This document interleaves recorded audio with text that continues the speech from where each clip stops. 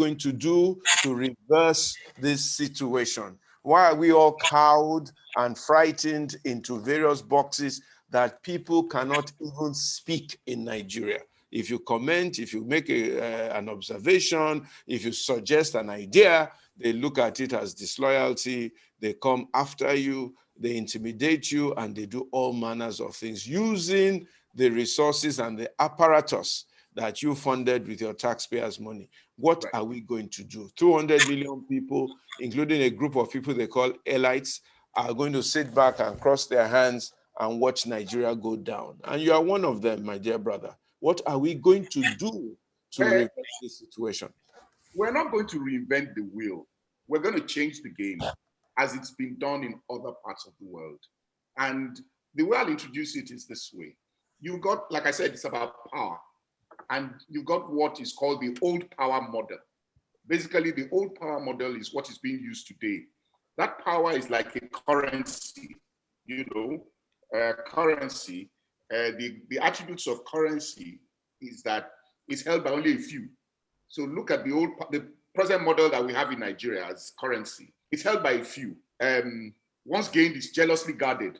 In other words, the powerful, they have a substantial store of it, and they're ready to spend it for their purposes. So they have that. That's the old power model for you. It's closed. It's inaccessible.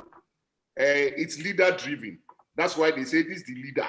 You know, he's the one that has the money. He's the one that has everything, and he decides what happens. That's the old power model.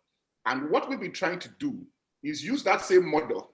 But you see, you can't win on that model because you don't have that currency that they have. And so you're going to have to go back and say, okay, what's the new way? What other way can we run this? And so for me, is to use what is called the new power model. And basically the new power model, unlike currency, is like a current. Call it electricity current, call it water current. Basically, the current is made by many. It's not by one person. It's open, it's participatory. It's peer-driven. It's not leader-driven, it's peer-driven. And, you know, like I said, like water or electricity, it's most forceful when it surges. So basically, the goal with new power is not to hoard it, but to channel it. Now, let me explain, you know, in clearer terms, you know, like I said, and maybe it'll make sense when you look at the success stories of the new power model. Take the Black Lives Matter. What you had was, there was really nobody in charge of Black Lives Matter. You know, there wasn't a leader. Yeah, somebody set the hashtag up, but people took ownership. They took ownership of Black Lives Matter. And it just rolled on. Now, let's take it down to our own level. NSAS, don't forget that there was somebody who claimed, or who really has the credit for NSAS, the hashtag NSAS. But you saw that what happened in Nigeria on the NSAS protest was the new power model, not the old power model. So you didn't have a leader. It was peer-driven. People, you didn't have one person say, I'm going to fund all of you. No, people took ownership. There was something that hit them, that we are against this and we're going to fight for it. Nobody said, I'm not going to go to Lekki Toll Gate because I have not been mobilized. I don't know if you get my point. Nobody has mobilized me to Lekki Toll Gate. But you see, this cause you are fighting for, I believe in it and I'm going to take myself there. Yeah, if you give me food, I will take. But if you don't give me food, I'm still there. That's the new power model. It's digital activism.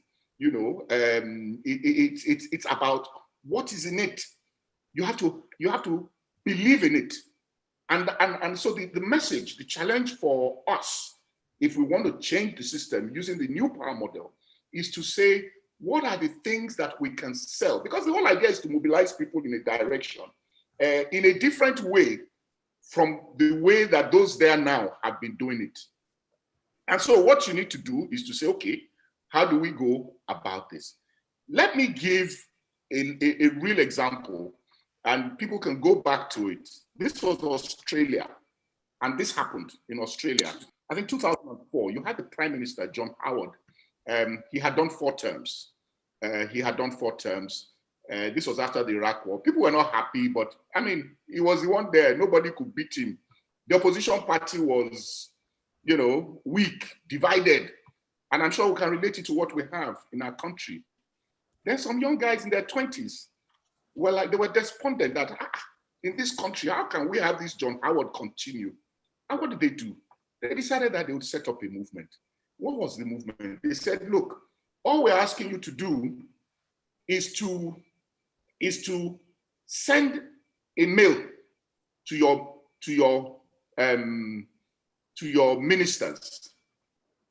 Just send a mail to them telling them what you do not like. That's what they did, just about 3 of them. And they managed to sell that to the people. Now, they sent mails, of course, because the party in power was the party. Nobody could remove them. They just ignored them. But you see, the way they were ignored angered, and there must be anger. And that's why I used my own example, that I was angry. You have to be angry. And so it was like, I sent a mail as to what I don't like to my minister or to my representative. And he or she just ignored it. Who the hell is she or he? And so they came together and said, we're going to do something. And that's how the movement started. So, and I want you to relate it again, like I said, to the NSAS thing. The NSAS thing, when government went after them, they didn't go after them because they went after them because they saw the potential of what could come out of it. Now, so what it meant was, or what I say is, in the past, our younger ones have been saying something. They have been talking on, social media, but that's it. No, you can't just say something. You must do something. So the doing need not be protest. The doing need not be protest. You see, you've got to it's about mobilizing people. It's not necessarily at the beginning about joining one party or the other. It's that we're first going to agree. It was easy to agree on NSAS. We have suffered from these SARS people. We're not going to agree. And what you had done was wake people up. Now, there's so many things that we can agree on in this country that we don't like, irrespective of where we come from. And that's the beginning of that anger that we need to raise, and say, look, okay, what else? Our National Assembly and State House of Assembly people, just once they get in, they get SUV. Okay, we say we are not agreeing again to SUV. Nobody should use our money to buy SUV. Let us start that protest. The protest is not marching the streets necessarily. Is that we're going to bombard those that matter, And there's so many things, like I said, that we can come up with. That we're talking of the toll gate. You don't have to go and march to get the toll gate stopped.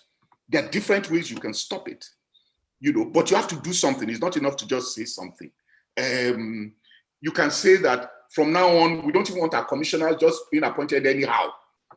They must come with a portfolio. There are ways you do something about it. Not just enough to say something, but you do something about it. You want state police. What are you doing about it?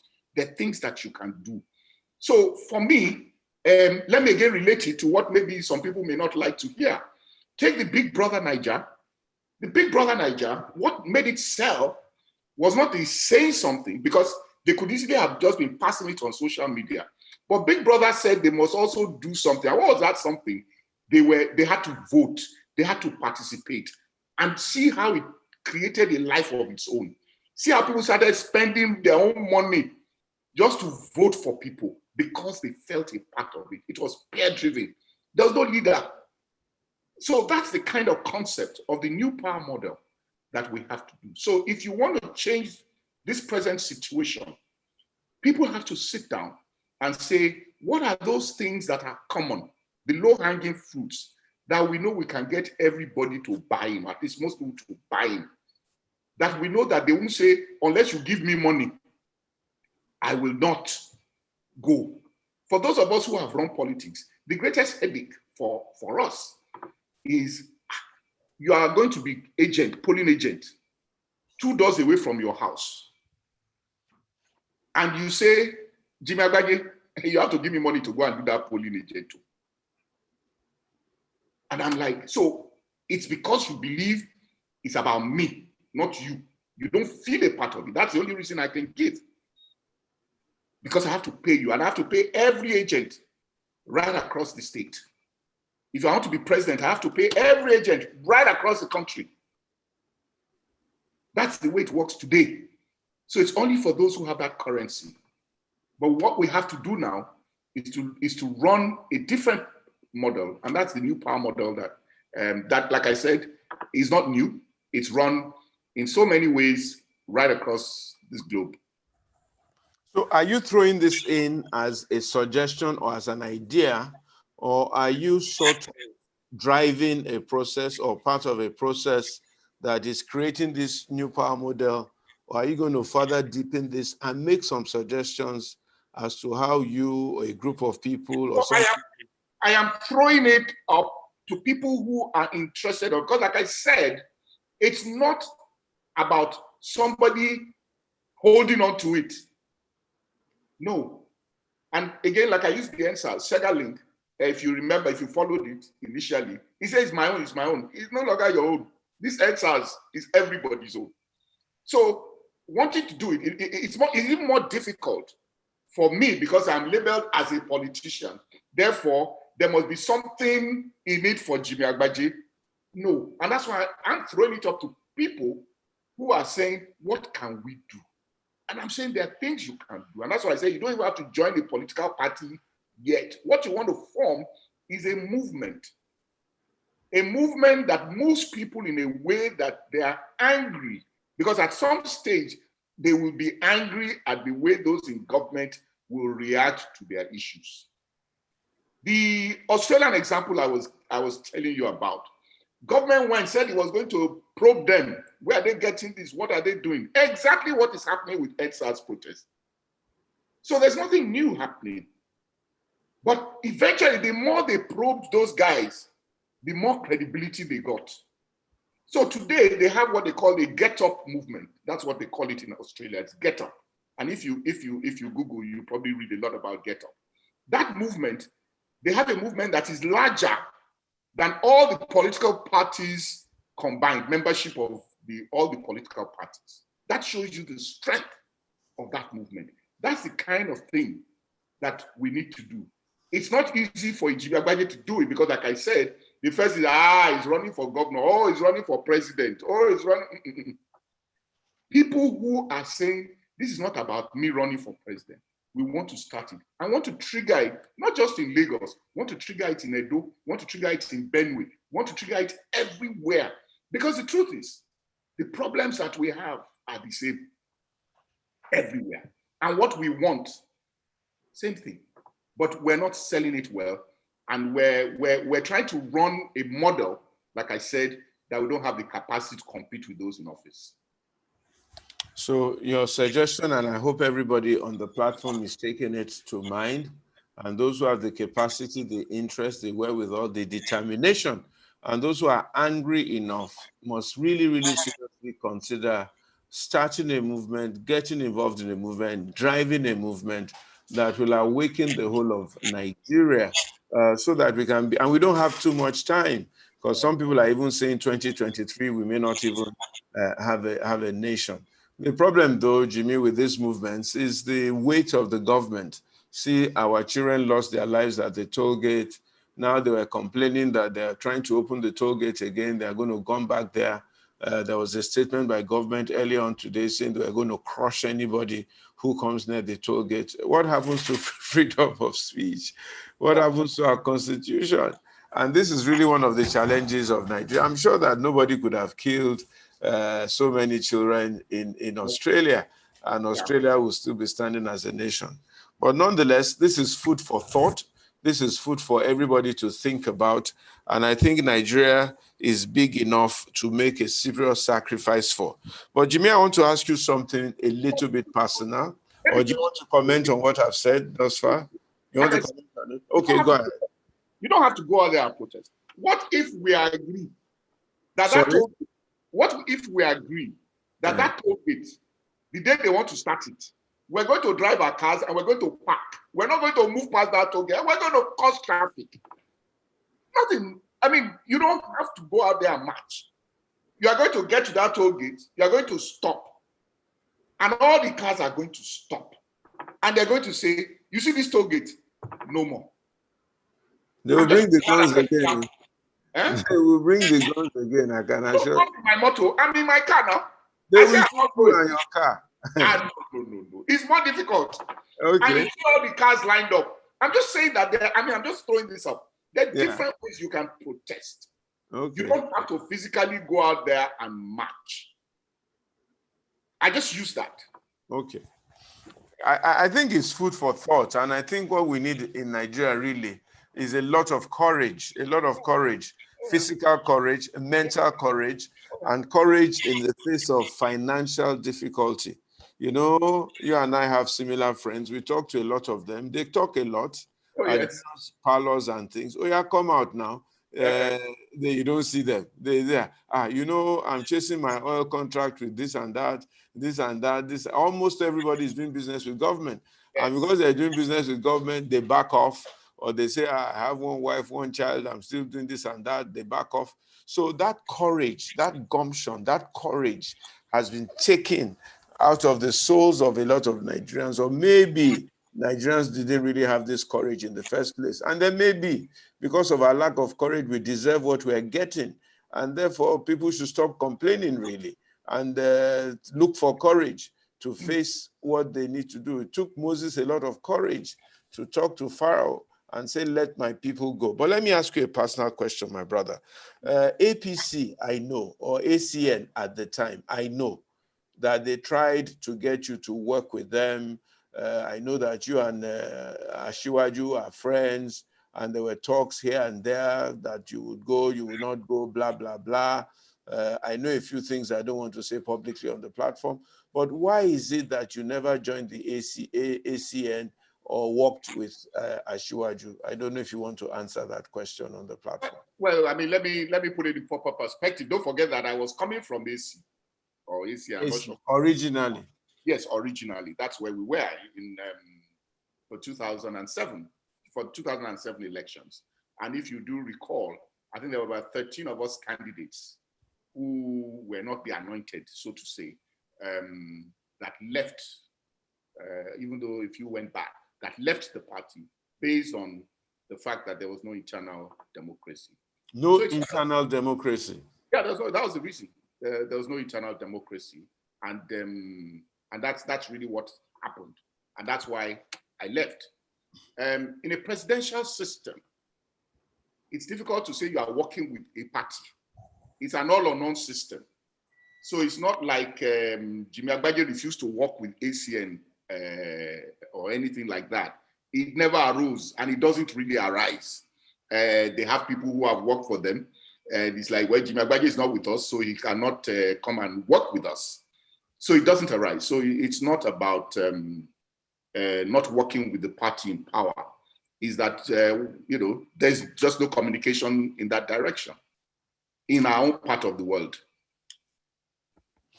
So what are the challenges of politics in Nigeria? And if people have questions, they need to begin to gather them together to ask Mr. Jimi Agbaje at this time. What are the challenges of politics in Nigeria? Why has Nigeria found itself in this situation 60 years after independence? And what, I know you've mentioned a few of them, but maybe you can now put it in context and perspective. What are the things that we need to do to salvage this country? When I was growing up, I'm sure you know that when your father was high up there in the banks, 1 naira was exchanging almost equivalent to £1. I'm sure you are one of those who bought Nigerian Airways ticket at 200 naira or 300 naira and had a good time on the streets of London. But here you are. But here you are now. Your 300 naira can't buy a loaf of bread. The same country, the same people, the same economy, the same potentials. Now, what is the issue? Why? What are the challenges of I think, politics in yeah, Nigeria? the issue, like I said, is that majority of those who are in politics are there for self. That's the first issue. So we've got the wrong people that are in office, and that's why we're where we are now. Because it's like that, it's like a vicious cycle. If you look at those who come out to vote, the numbers have been dropping since 1999. So fewer people come out to vote. I mean, let's take the last general elections in Lagos. You had 18% of registered voters that came out to vote. Just 18% of those on the voters register that came out to vote. So the votes really don't count. I think that's it. People don't even believe in the process. So that's another thing. They don't believe in the process. And so for anybody who's looking at a change, I think there are two major issues I would like to look at. Is one, how do we get a critical mass of those interested in politics, of power for service? I hope you're getting my point. Yes. How do we get a critical mass of people, of those who are interested in politics of power for service rather than for self? Now that's key. That's number one. Then of course, number two is how do we get the citizenry more interested in how they are governed? So it's two, you're talking of leadership and you're talking of followership. I've talked about the concept of the old power model and the new power model. And so I won't go into that. I think the other challenges would be especially with regards to getting the people involved, is how do we create ideas that the crowd grabs onto, makes stronger, and helps spread? Now, get me right. What kind of ideas? How do we wake the people up? How do we get them interested? I want to believe that when we came out in 2007, like I said, we were underdogs, but we did something that I think a number of people who otherwise would not have shown interest in politics, had a second look. Yeah, they told us, but that your party, we don't know it. Well, it's okay. And maybe today, if you use that kind of party, people will not say, oh, that your party is too small. They will say, we can make it work. We can make it go. I think it was it the last lecture we had, on the series where you're talking of independent, or was it with Muis of independent candidates? It's good, but if you run independent candidate in Nigeria today, I hope that the Nigerians don't say, you have to have this big party, that kind of thing, because we don't believe in ourselves. We don't believe we can make things work. And so that's something that's important. So it's like, how do we create those ideas? That's the challenge for those who want to set up the kind of movements that I'm talking about. You've got to get the ideas that the crowd can grab onto. That's important. Then how do we effectively internalize new power values, radical transparency? Again, let me use the NSAS. We never heard that they stole money. It never came up. It comes up in politics. Any money that they say he has stolen the money, but nothing like that came up with regards to NSAS.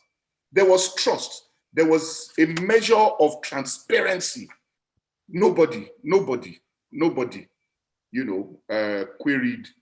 queried the way it was. So there has to be transparency in what we do. And that's the openness of what we're talking about.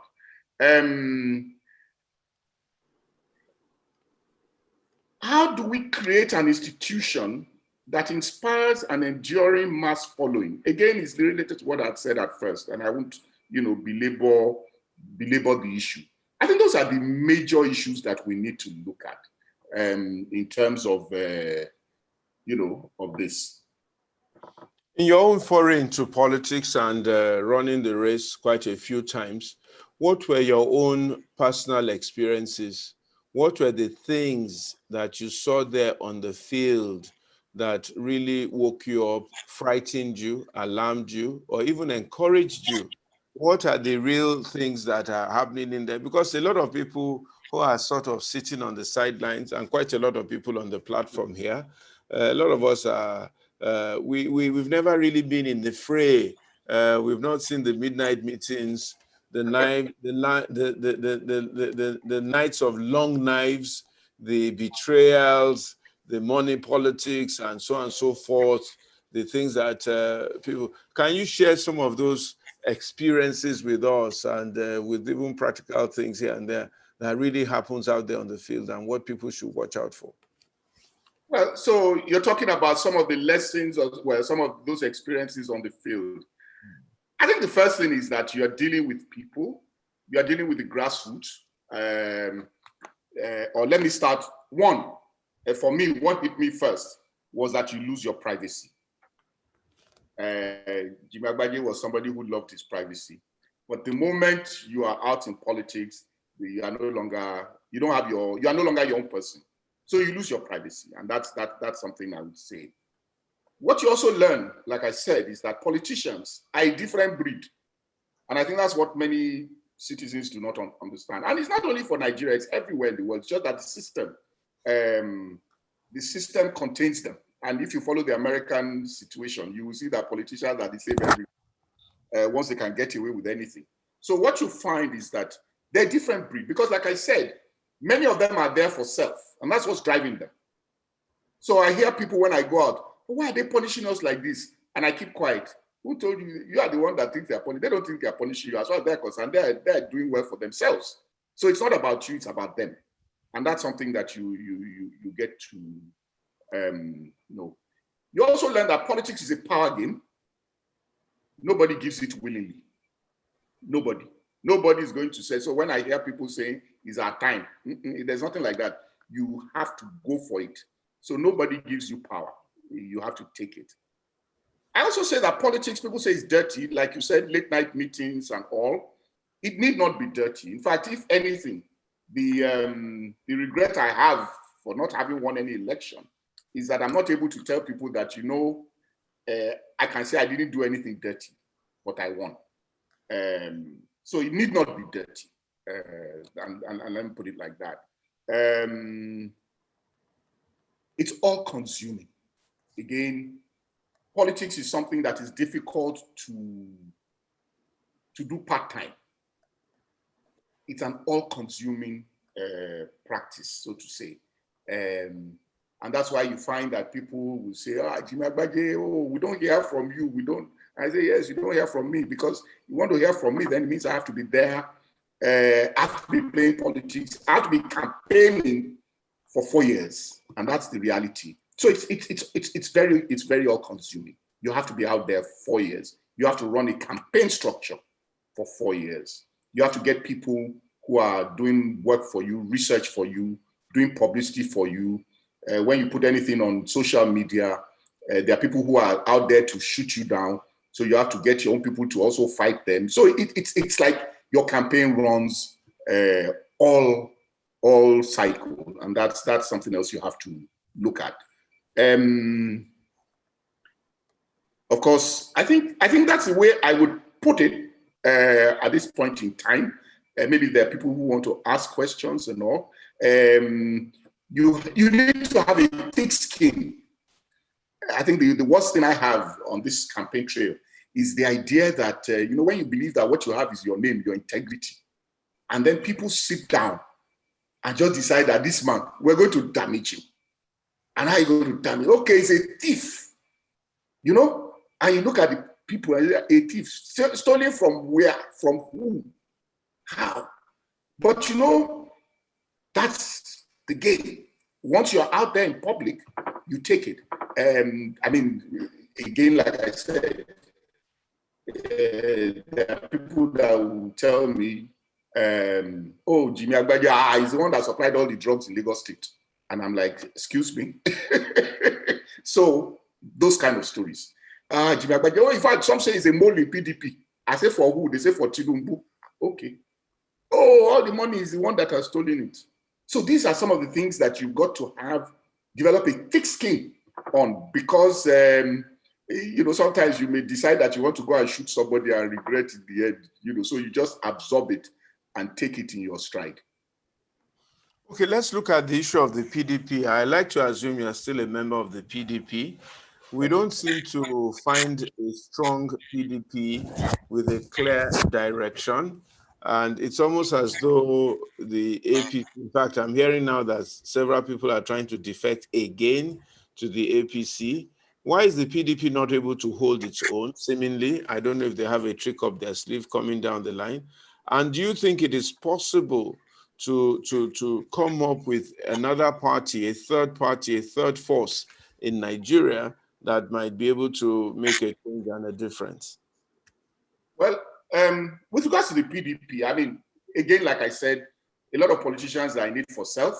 If you are somewhere, you are in the opposition party, it takes a lot to be in the opposition party, especially if you do not have a second job.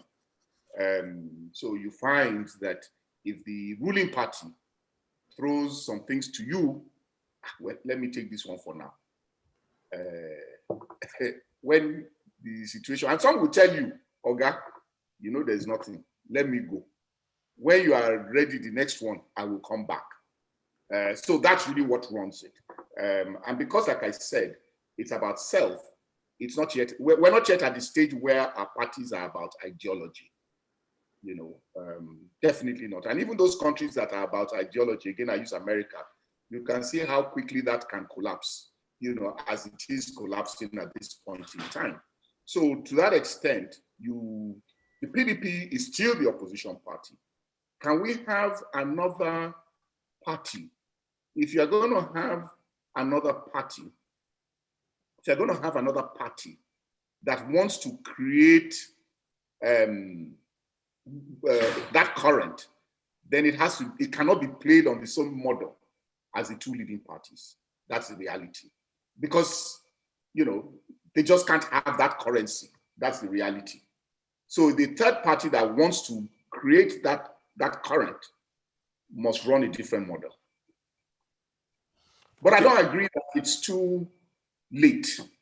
It just takes imagination to get things going.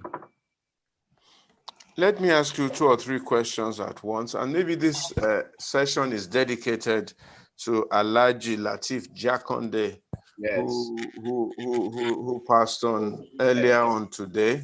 So I'd like us to just observe a minute in silence for him and thank God for his life, 91, and ask God of all comfort to please comfort his beloved spouse, Alhaja Jakonde, even at this trying time, and of course, the good people of Lagos State and Nigeria.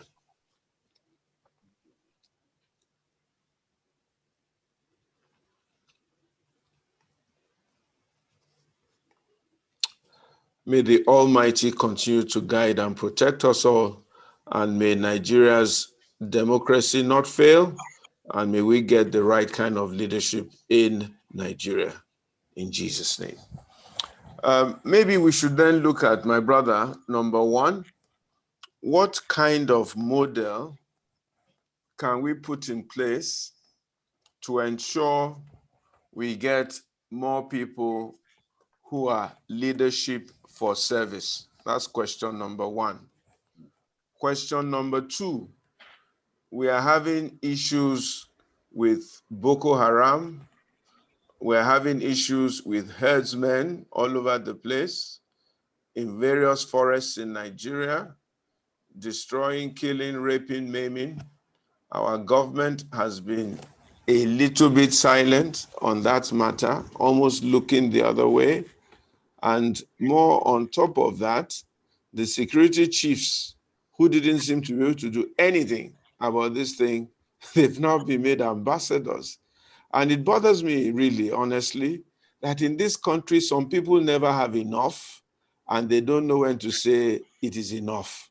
The same people, the same people, the same people, the same people in a country of 200 million people. Some people just think it is their right to just continue to be in one corridor of power or the other. Since 1966, virtually the same people. Now these people have done service chief. You retire, you want to do ambassador. Haba, come on. And this is what we have in Nigeria. You don't even go and rest after retirement, 35 years in the military or 37. Next thing you want to go to some posting or the other. And the government indulges them, you know, and we are not able to see new energy, new thinking, new blood. The man in Dubai made a 27-year-old a minister. Now, what do we do as Nigerians at this point in time and this situation that we're in? So I want you to please help me to look at those two questions. Then I'll ask you one personal question, and I'll throw the floor open to our honored guests. Thank you. Let me start with Latif Conde. I think I issued a tweet today. In 4 years, one term, the man disrupted positively education, gave low, medium cost housing for the people. Those roads that open up Lagos, Epe, Badagry, opened it up. Started the metro line, the mass transit that was truncated by the military when they took over, just in one term. He stayed in his house in Ilupeju. He never moved. He had that house before he became governor. His car, and I'm sure Pastor Ichua will remember, he had a Toyota Crown. He kept using that car. I think eventually he changed it to a newer model, of Toyota. Now, that is an example of somebody who was in office for service. For service. He did not amass wealth. He did not use his position for self. We don't hear of his children having all the money in the world. That is service. And I think, like I said, may his soul find rest. So that's on Alhaji Jakonde.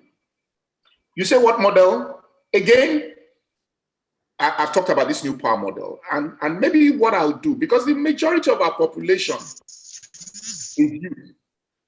And people have talked about, the youth forming a party.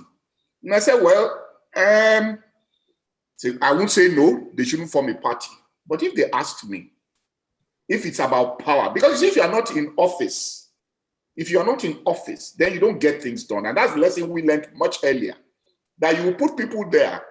But if you're not there, then you don't get things done your way. So they can say they want to form a party, but they may not be able to get power. The alternative is to form the movement, which amongst themselves, and negotiate. And when I say negotiate, you negotiate with the parties that, you see, we have this number behind us. We're not going to vote for you. We're not going to vote for you unless and until you guarantee us a percentage of offices in your party. Every 3 Senate seats, we must have 1. Every House of Representatives in the states, we must have this percentage. If you give us that, in other words, you are going to give the youths, this number. If you give us that, then we're ready to come. Because then they will form a critical mass to gradually change those parties. Trying to do it on their own, they will learn different lessons. You see, it's easy to come together and say we are fighting NSAS. But the day you now say, okay, we want to fight who is going to be the candidate for House of Rep, hey, then you see factions come up.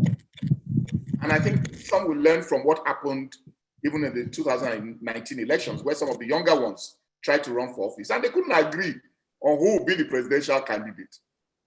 And of course, that effort just dwindled, just died. And that's why I want to say, if you're asking for my advice, is rather than go that route, is to say, we will negotiate. You see, you set up that movement and you say, but this is what you're going to give us in these parties. And I'm sure, because the politician is about how he can win elections. If he knows that they're not going to vote for him or her, I can assure you that he'll think twice. Boko Haram herdsmen, I think it's, it started with self, I believe. People looked at it, it didn't matter. Now it's gone out of control. It's gone out of control across the country.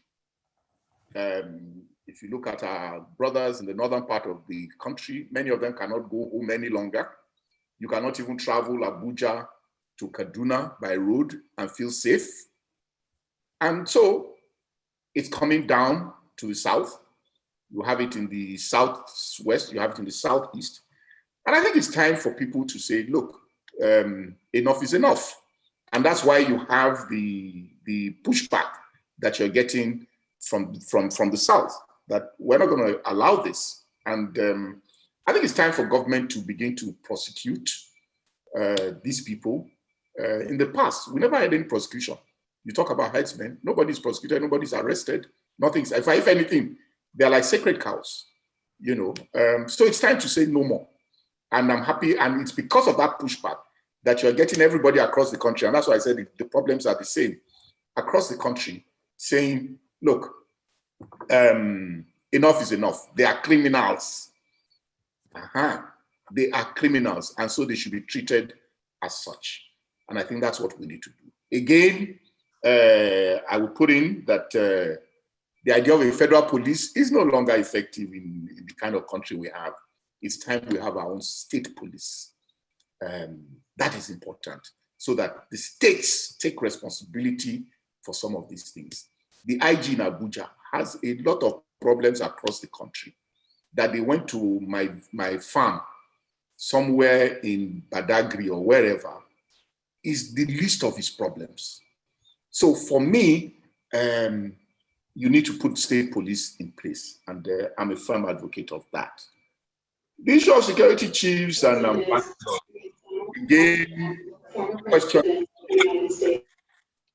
Please, can we mute our mics, please? Please go ahead, my brother.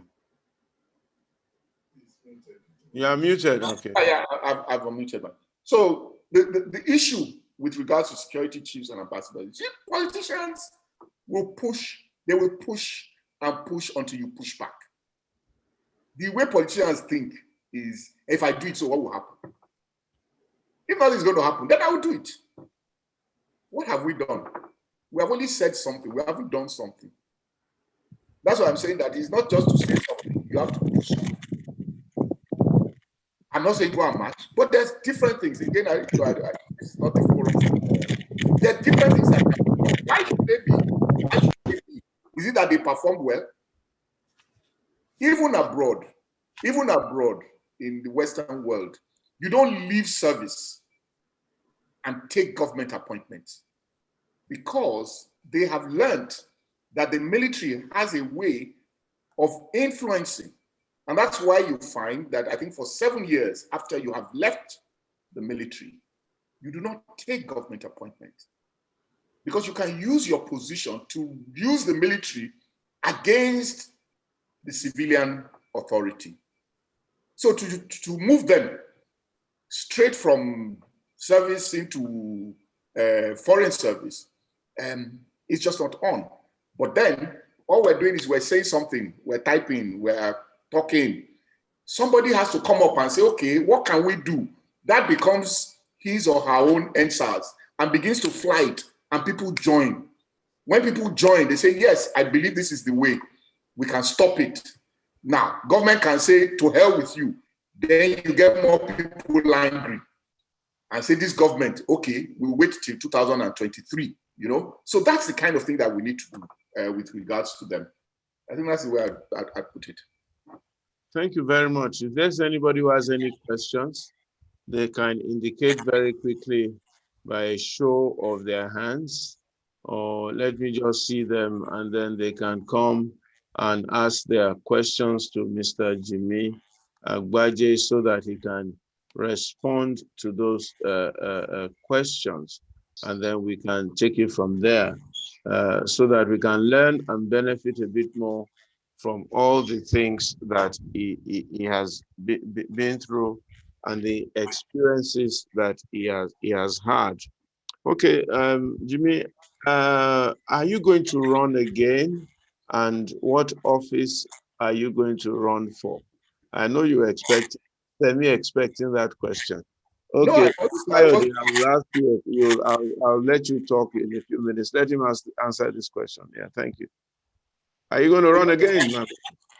No, I wasn't expecting this question. I'll be honest with you. I thought we were talking generally. You know, I keep telling people that it's not about running. I got into this accidentally. It's because I feel I can make a difference. In what way can I make a difference? There's so many ways you can make a difference.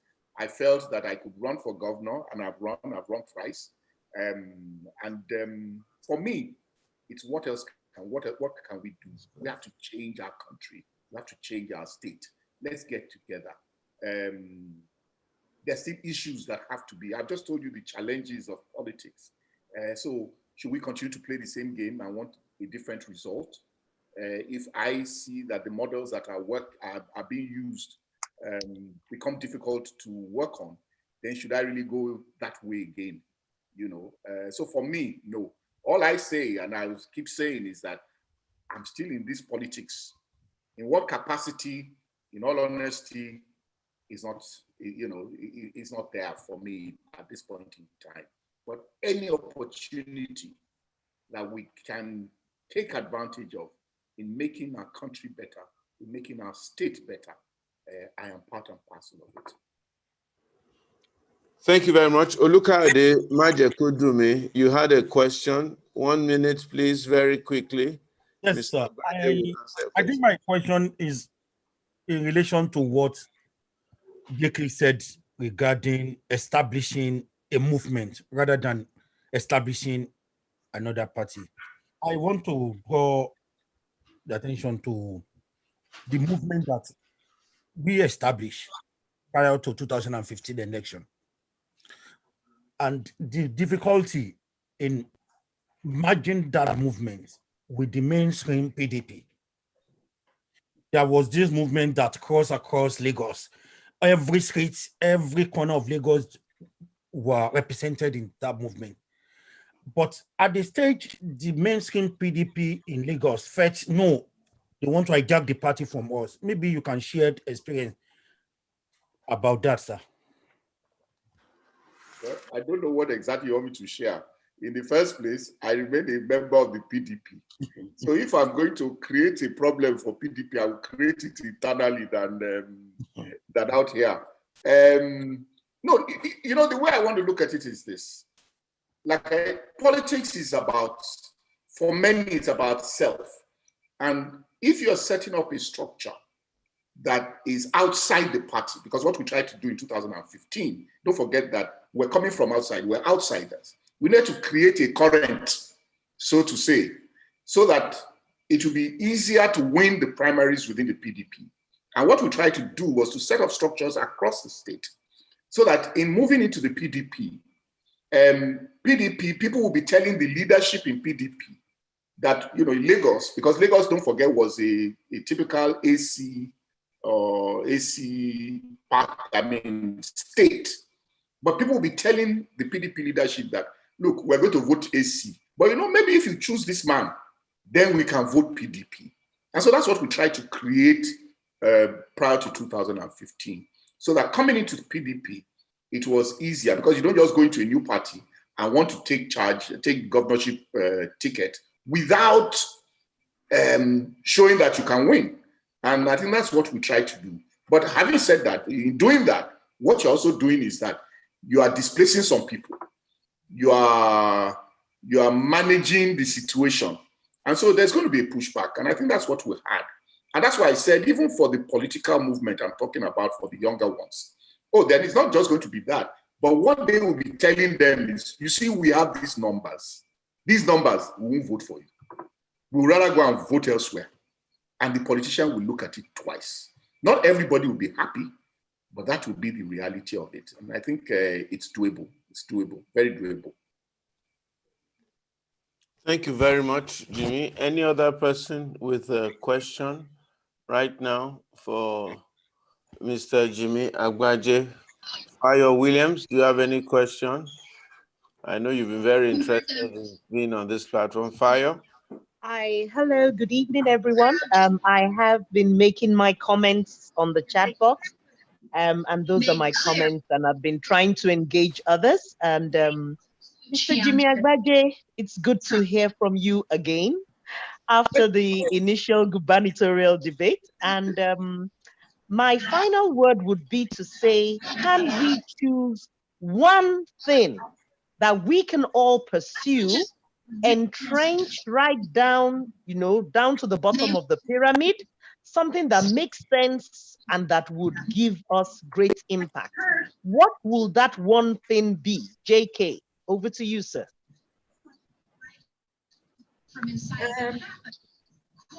I'm not sure it should come from me. I think it should come from you rather from me. And I'll tell you, it's simple. You know, I said we need to get something that the people will buy into. Now, that doesn't come from one person. It comes from some measure of across. And, so it's not something that I will come up with. Yeah, I have my own ideas, but I don't think it would be right for me to throw that, right here, is to say, what are the things? These are things that you're going to throw up. I mean, I used NSAS. That has worked. It worked well. There are other things that can be used. I gave a few examples earlier on, but that might not be it. What affects people? And it depends. I mean, let's take education. We have a situation today where our children, especially in the public school, cannot learn because they need online learning. So there's no connectivity. What does it cost? The other day, somebody was talking about China and said China looked at the cost of iPads for their children. I mean, India, for the cost of iPads for their children. I think it cost about $400 at that time. And they said, well, we have population. How can we pay $400 for iPad?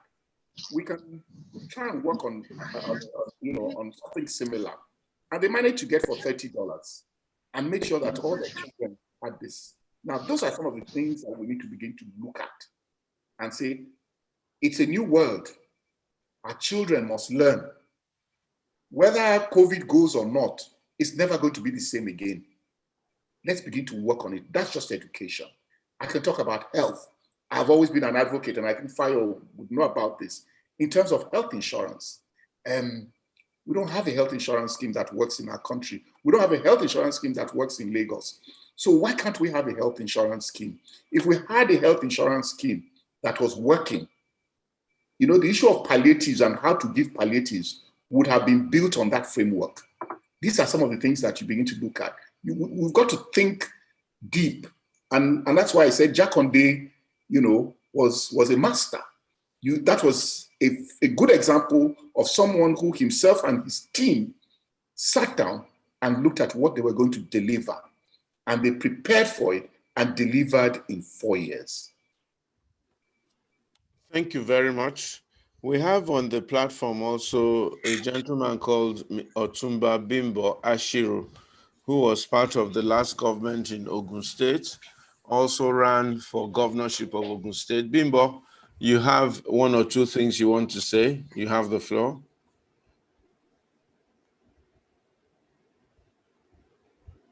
Please unmute yourself. Yeah, good evening, everybody. Good evening. Actually, I had all the things being said by my dear brother, Mr. Jimi Agbaje. I think the problem in Nigeria, we are all the problems of Nigeria. And the reason why I would say that is this: when we have a leader who becomes the governor or the president, all we try to do is to get closer to the person and whatever we can get there. So we never stand for the truth. And like Mr. Agbaje said, to be a governor or a president of this country, I put it on the platform that it's like investing. And when they get in there, the next thing they will do is to, first of all, recoup their money, because I don't see any sense in it when somebody wants to become a governor and you go and sell your property. If you want to serve your people in a civilized and reliable country, people will fund you and say, oh, we believe in you, we believe you can serve us, and they will give you money to do that. That's what you see in America. Joe Biden had nothing, but he became the American president because the Americans believe that they are tired of Donald Trump. And I was telling somebody recently that if I hear any Nigerian saying that they're going to report to the American government about what is happening in Nigeria, they need to be flogged, because whatever, all the things Donald Trump did in America cannot happen in Nigeria.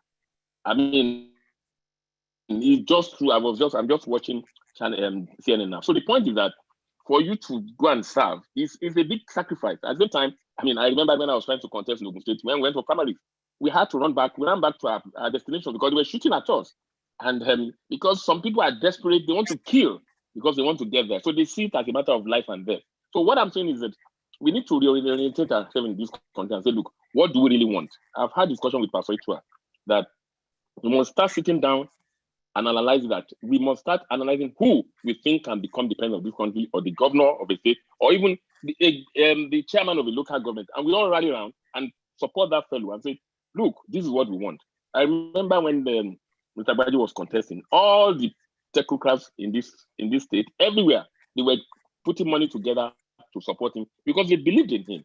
He didn't have the money to be the governor, but they supported him. But now, what we have money. I mean, people that made money overnight, and they just bring the money and they want to. So the point is that we need to wrestle the power from those people, the people that have this money, and say, look, with your money, we will win the election and we will take you out of it. So that is it. And I want to correct my dear brother, Pastor Itua, that our president didn't want to become president. He tried 7 times, 4 times. Even the 3rd time, he got emotional because he didn't get there. So, and we thought, Jonathan wasn't good then. I mean, we now said, let's get a 70-something-year-old man to take over. Well, the rest is now history. We all know what is happening in the country. So the point is that we all need to come together and see how we can fight it together and say, well, this is the person we want. And let's forget about Southwest zonal thing. Let us bring the best people to run this country. And that's the only way we can get it. And that's my own little submission. From my own experience, it's a tough one. But I pray that we get there. Thank you very, very much, my brother.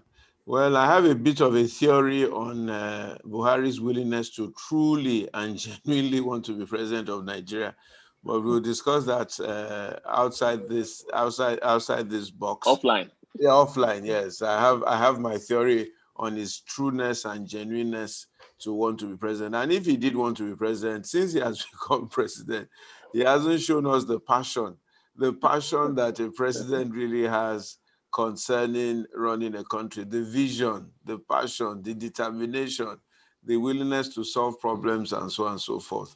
Anyway, that will be a discussion for. And my brother, this is the country where you see your president looking fresh every day at 80, and see your vice president looking old. So let's differentiate who is working. Okay. When we see the VP, we ask him why he's looking old. That's an interesting one. That's an interesting comment. Sheiks, are you trying to say something? Or are you laughing? Anyway, Jimi, do you have any comments on what Otumba Bimbo has said? No. I'm just there's nothing on that. Thanks. Nothing. Okay. Thank you very much for those comments. They're very, very useful. And what I was going to ask you, Otumba, is right. How do we then have a criteria or a series of criteria? How do we then begin a leadership search? This is 2023 coming. What do we need to do now as citizens of Nigeria, as interested people, to make sure, like somebody said, we don't get 2 left legs, or we don't get the twiddle-dee and twiddle-dum. We don't get 2 wrong or 3 wrong people who suddenly say by force, by tools, they must be president. What can we do to create a structure that the cream will rise to the top? What do you think? Have you had thoughts on that? Yes, I have. And I will tell you this. Remember our last conversation? We have the people that have what it takes to become a leader in this country. But the point is that they are always running away because, 1, they don't have the financial muscle to do it. Then 2, they are afraid because, I mean, they are not sure. I mean, look at what happened to our children, the NSAS. Many people lost their lives, but I mean, nobody can say who and who. But the point is that we need to start identifying our leaders, even in our local government, in our wards, in our communities, then at our state level. then we now graduate to the federal level. So it's easy to identify leaders. There are so many, even among us on this platform, there are so many leaders. But all we need to do is to encourage them, training them, start propping them up gradually. But the point is that if you don't have the money in this country, there's no way you can win an election. We shouldn't even deceive ourselves about that. So the point is that how do we fund those people that we have identified? How do we raise funds for them? Little bit of 1,000 naira, 2,000 naira, we start gathering these funds towards 2023. We must be able to have the financial muscle to be able to fight it. But we can identify leaders amongst us that say, oh, you are a good person. We want you to go to the Senate. We want you to go to the House of, and we start propping them up, start supporting them. That will help. I don't know whether Mr. Agbaje support that idea. Well, what I would just say is that, you see, the only way you identify leaders is when you meet, when you organize, when you group together. And that's where, the issue of a movement or whatever comes up. You set it up at different levels. You begin to identify people for what they are. I was groomed in the Afenifere stock, kind of. Yeah. We met every week, every Monday. We asked the old men then that Monday, we are young men, we have to go to work. They say, no, this one is service. Now, what it brought out was that meeting every day, every week, meant you could identify people's strengths and weaknesses. Yeah. You knew those you dared not give money to. You knew those you dared not give power to. And that's why you find a lot of us get disappointed when some people are like, they look nice when they are running for office. And then when they get into office, like, this is not the person I thought. You had no reason, no way of knowing the kind of person he was because you never really worked with him or her. So for me, I buy Otumba Bimbo's position, but it can only come from regular interaction. And that means there must be something that brings us together for us to identify our strengths and weaknesses. Very good. Thank you very much. So we need to begin to do that. And maybe we need to also make a call for serious and genuine and service-minded people to begin to show themselves up. And maybe some of us need to sit around and think, Otumba, how we can begin to raise money for different kinds of people who need to run so that the real people, because honestly, if you are a serious person in Nigeria and sincere, it's unlikely you'll have the kind of money that people play politics with. You can't have stolen that money if you have been genuinely working hard. You can't. Very few people make good money from just simple hard work in Nigeria. Just very few. If you are not a government apologist one way or the other, or carry somebody's bag, or you've done something a little bit not quite right, so we need to really sincerely begin to think, how can we gather monies together to do this? And how can we also educate the electorate? A lot of these people are largely misinformed, uninformed, or they couldn't care less, and they cannot connect their well-being to the people they've put in power. They just think that government runs itself and government is some magician. They can't connect the fact that they are pushing a cart on Carter Bridge to the fact that the reason why they're pushing that cart is because somebody or the other didn't do their job in government. So we also need to really reorientate people to a very large extent. Let me ask a gentleman called David Titiloye. He would like to make one or two comments, and then Olumi J, I guess for next week. So David Titiloye, can I hear your comment very quickly? Unmute yourself.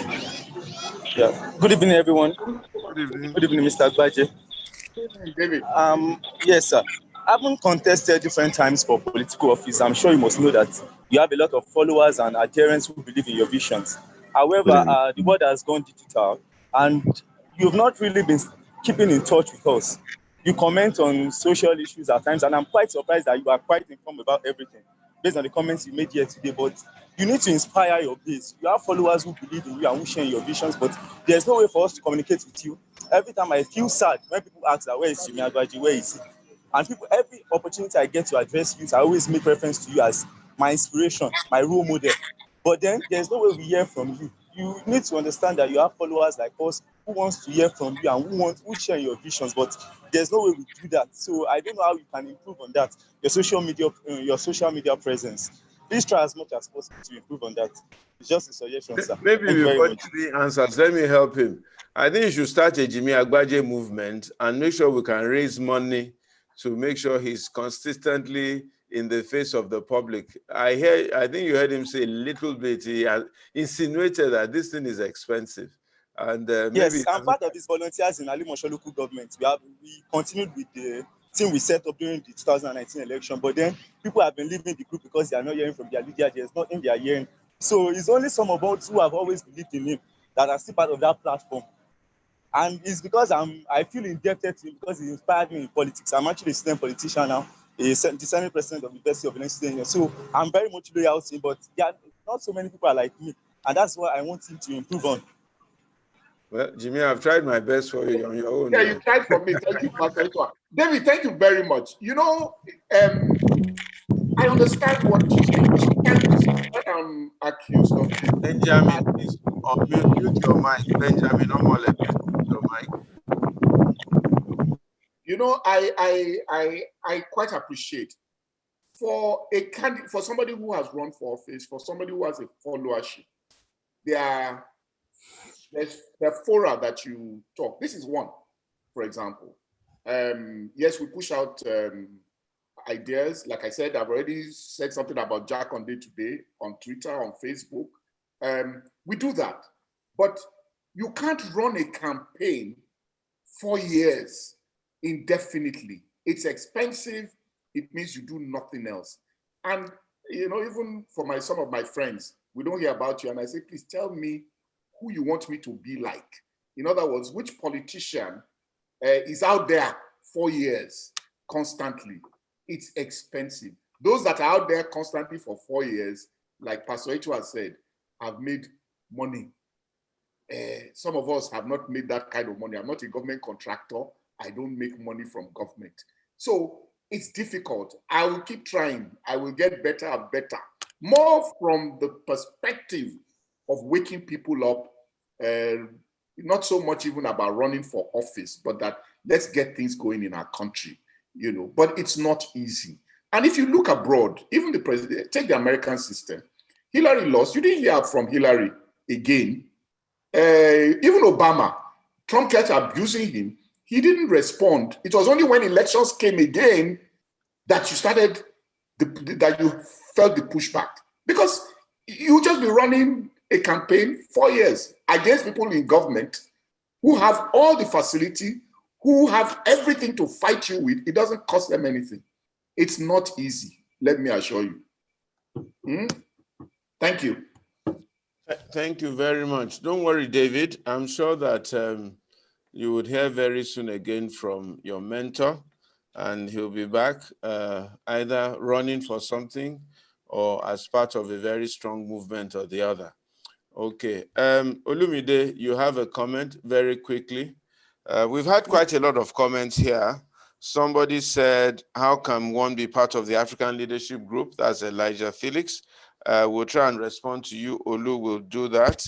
Abi Olowude said, we're at anger point and we need to educate the mass of the people.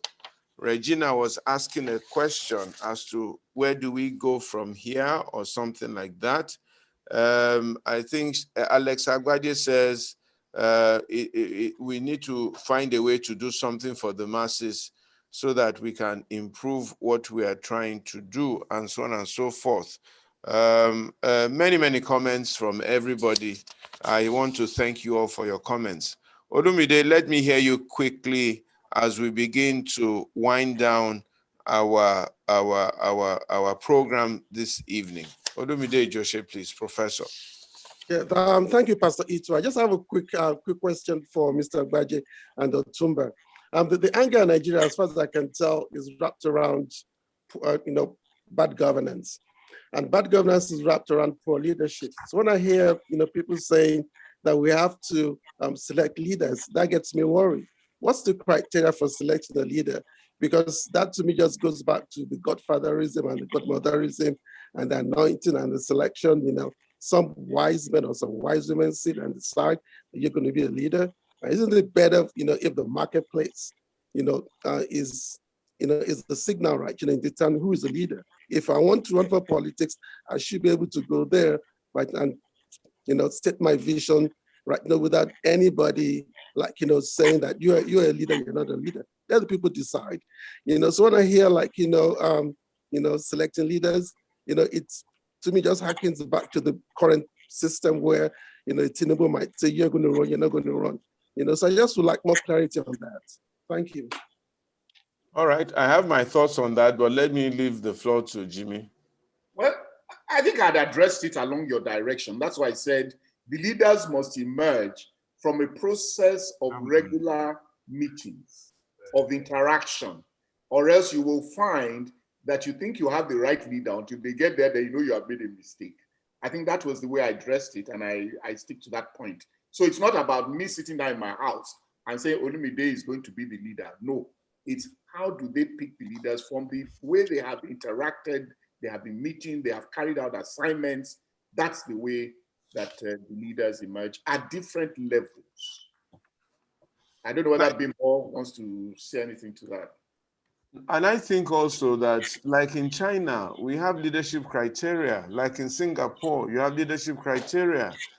In China, you start from the local government and you work your way up. So it means that you must have been successful as a local government chairman before you now become a state governor, before you now become a province administrator, before you now become a coordinator of some sort. And then by the time it is time to elect president, it's down to 3 people. Because we knew those who did well at local government, they did well, so they continued. We know those who didn't do well and they were booted out, and so on and so forth. So really, the election you want to fight for in China is your local government election. Everything else, your performance will pop you up. In Singapore, it's almost the same. If you have not run a Fortune 500 company, if you've not run a big ministry, if you've not done a big state department where you have been evaluated, if you don't have a minimum qualification of certain degrees at certain level, if you don't have some kind of intellect and all that, you cannot dare raise up your hand and say you want to run. They'll say, where are you coming from? Show us your CV, show us your achievement. But here in Nigeria, we haven't quite reached that place. Anybody can wake up one day and say it's David Idoho, he wants to run for governor, and that's that about that. And we then allow him to run. But really, the people should be asking, what have you done before? What have you run before? What's your competence? What's your capability? America has a little bit of it, before you are running for office. They've seen your record in the Senate. They've seen your record in the House. They've seen your record as a governor. They've seen your record even as a business tycoon like Donald Trump, even though we're not so sure. But at least you have something to say.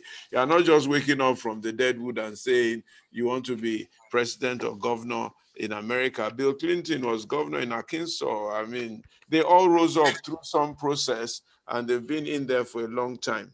I want to acknowledge all those on Instagram: Tinu Treasures, House of Bilua, Lady Global, Bukola Oluwole, Praise Akobo, Oluseun Olumoka, Kenny Orororo, Lady Makinwa on Hawa Fabrics, Something Fashion, Lanre Oyewale. I want to thank you all. There's about almost 100 of you. Tunde Ajidaun, Christina Koforade. I want to thank you all. If you all have questions also, please pop them through very quickly as we round down, and we will take your questions if there is time. Elijah Felix, your hand is up. Please ask your question very quickly because we are truly running out of time, and then I'll get Mr. Agbaje to respond to you.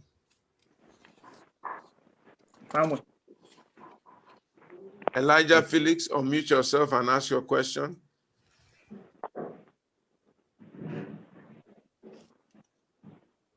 Maybe he's not there or he's not getting his technology right.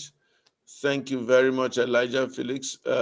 Let me ask you a question, Jimi. This issue of restructuring that seems to be a big elephant in the room.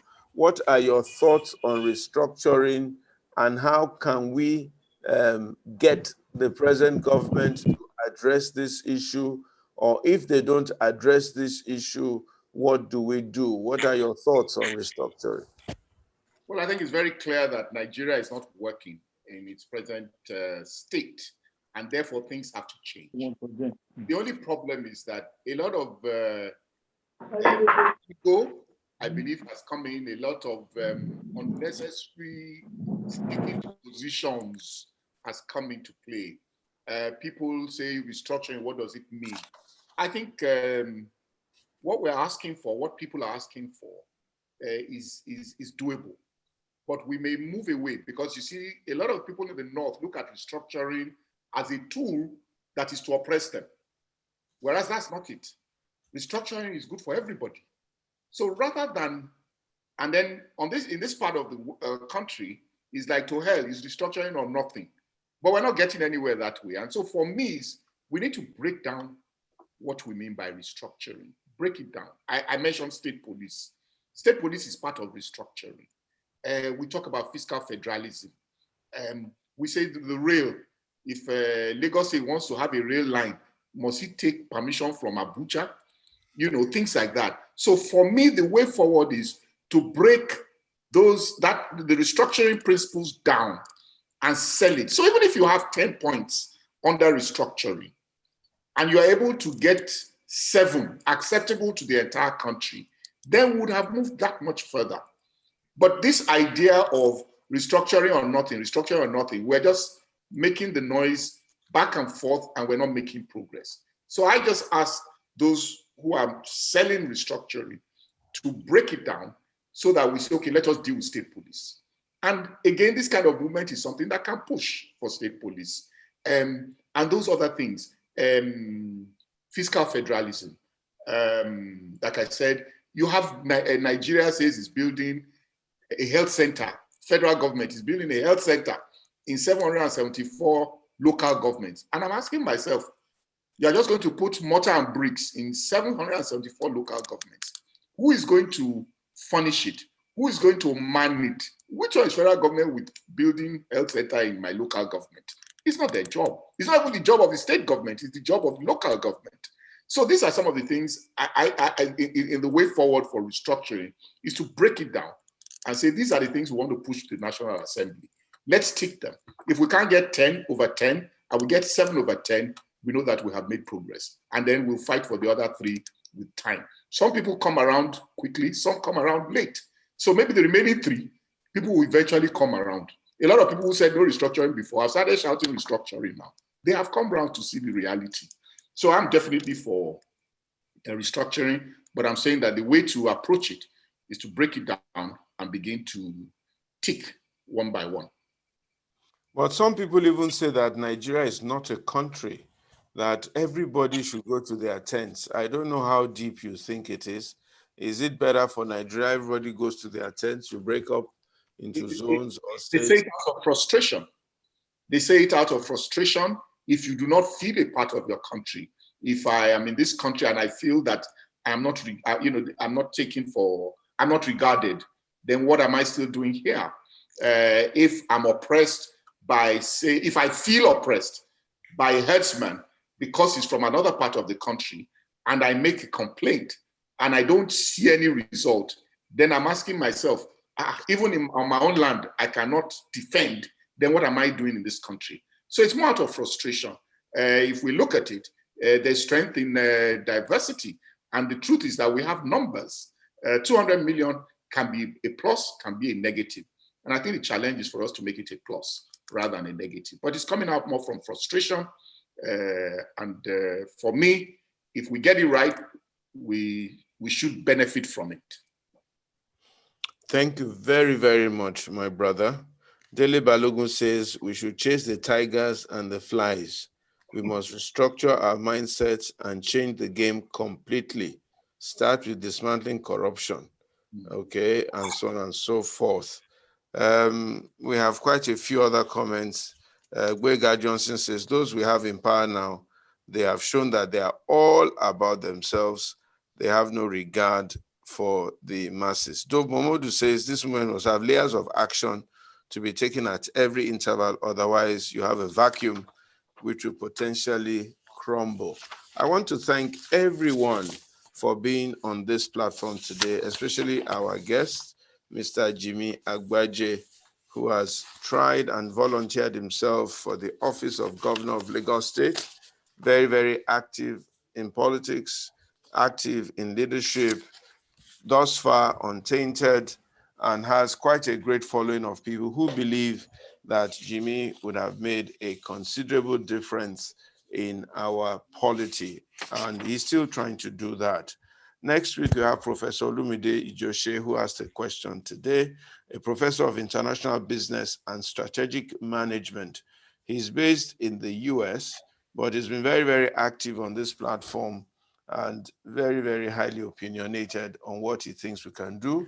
And then again, there's quite a large diaspora gathering of Nigerians who are out there, who are anxious about Nigeria, who are desperate to come back to Nigeria and volunteer themselves. So we'll be hearing his perspective on how to start a diaspora movement and then look at this issue of tribal politics and see how really we can start a serious movement that will cause a change in Nigeria. This is one of the things that Mr. Agbaje has mentioned today.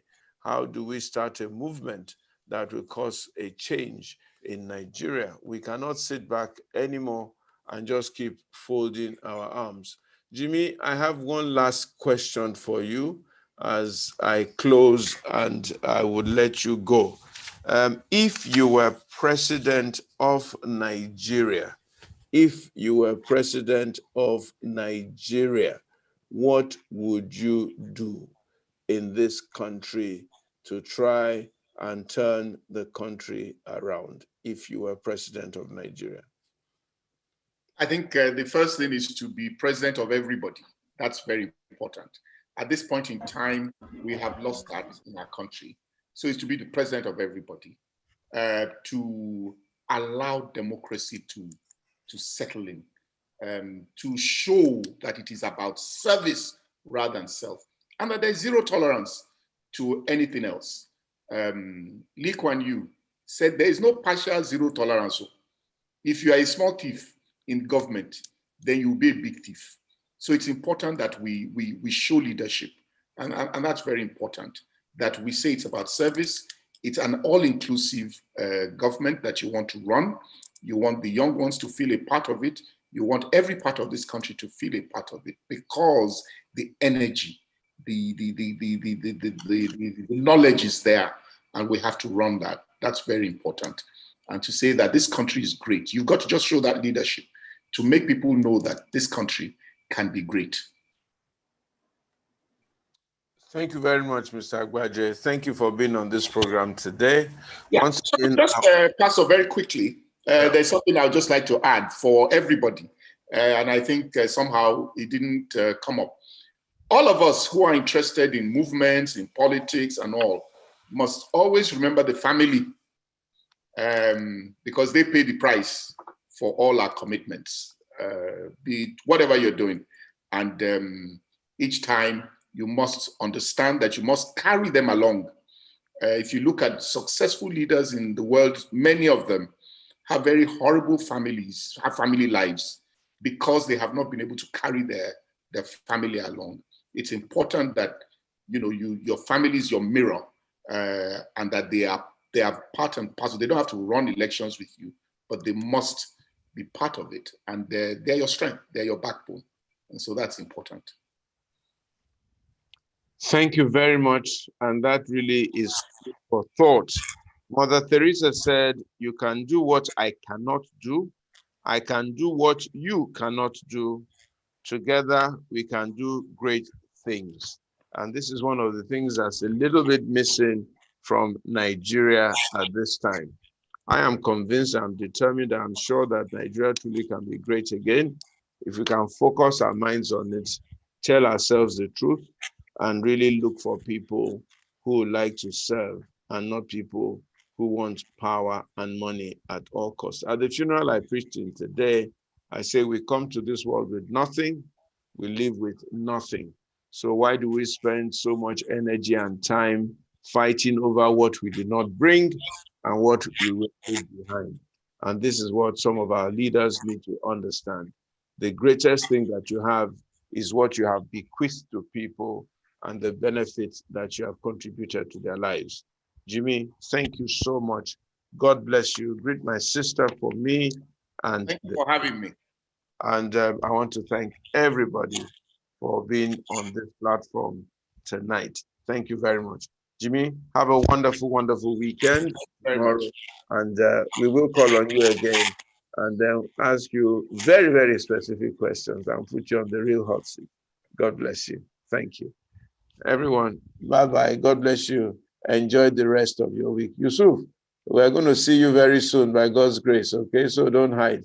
Regina, thank you for being there. Auntie Mrs. Akonde, thank you so much.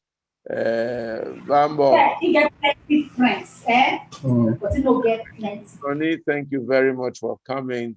Donald Glasgow, God bless you. Dele Balogun, thank you. Looks like Buckingham Palace. Shegu Emmanuel, God bless you. God bless you. Thank you to Pastor Itwa. God bless you. Adesua, happy birthday. Thank you. Thank you, Pastor. Bless you. Thank you.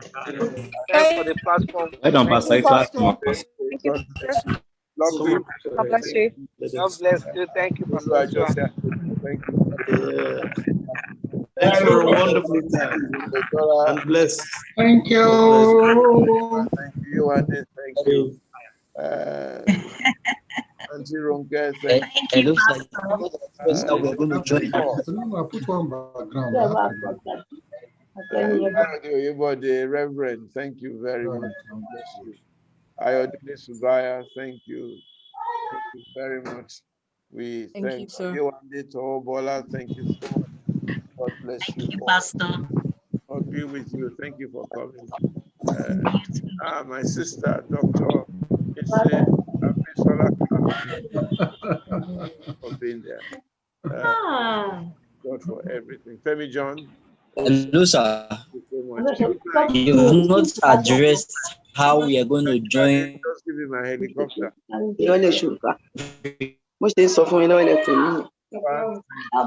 Pastor G. Come fast. God bless you, sir. Well done. Well done. Professor. Thank you, Pastor. Hi, Pastor. How you doing, Benny? You're hiding. Don't hide. I'm not hiding, though.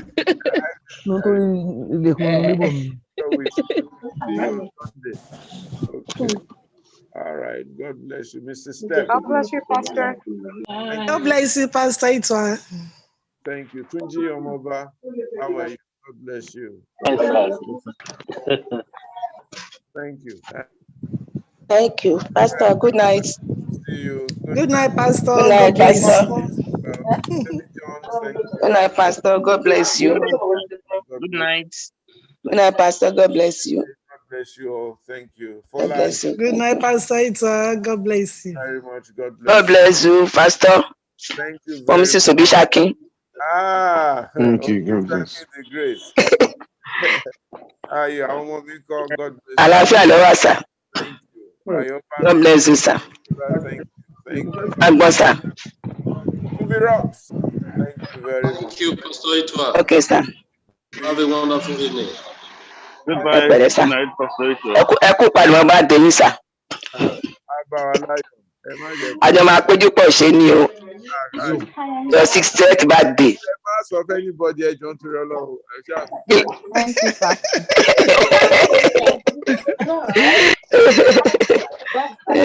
God bless you, sir. Good night, sir.